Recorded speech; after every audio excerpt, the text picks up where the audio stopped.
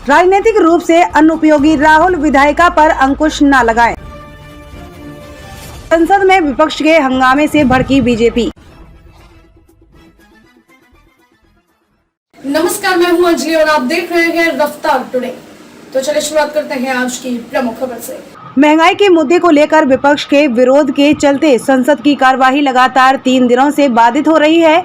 इस बीच बीजेपी ने बुधवार को राहुल गांधी पर निशाना साधते हुए कहा कि पूर्व कांग्रेस अध्यक्ष राजनीतिक रूप से अनुपयोगी हो सकते हैं, लेकिन उन्हें विधायिका के कामकाज पर अंकुश लगाने की कोशिश नहीं करनी चाहिए। संसद का मानसून सत्र सोमवार से शुरू हुआ है, लेकिन कुछ खाद्य पदार्थों पर जीएसटी लगाए जाने और बढ़ती महंगाई जैसे मुद्दों पर कांग्रेस सहित विपक्षी सदस्यों के विरोध के चलते दोनों सदनों में अब तक कामकाज सुचारू रूप से नहीं हो सका है।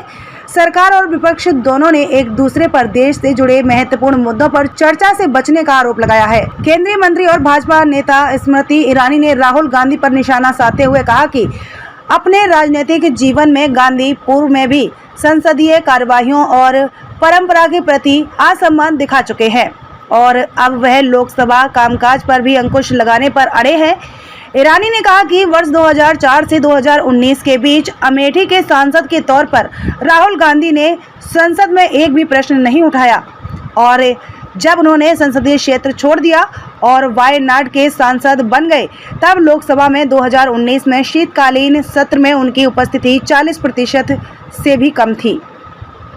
वर्ष 2019 में हुए लोकसभा चुनाव में अमेठी से राहुल गांधी को हरा चुकी ईरानी ने आरोप लगाया कि पूर्व कांग्रेस अध्यक्ष ने सदन में कभी कोई निजी विधेयक भी पेश नहीं किया।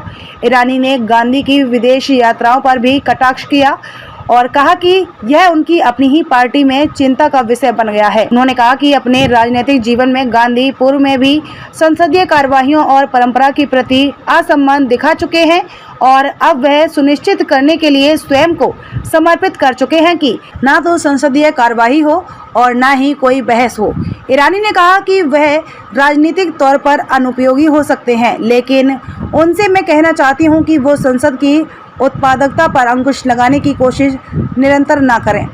उन्होंने कहा कि भारत की संसद भारत की अपेक्षाओं आकांक्षाओं का प्रतीक है। देश की जनता ये चाहती है कि संसद में उन विषयों पर चर्चा हो जो देश के हर नागरिक के लिए महत्वपूर्ण है। खबरों में अब तक के लिए बस इतना ही। मिलते हैं फिर ऐसे ही बड़ी खबर के साथ।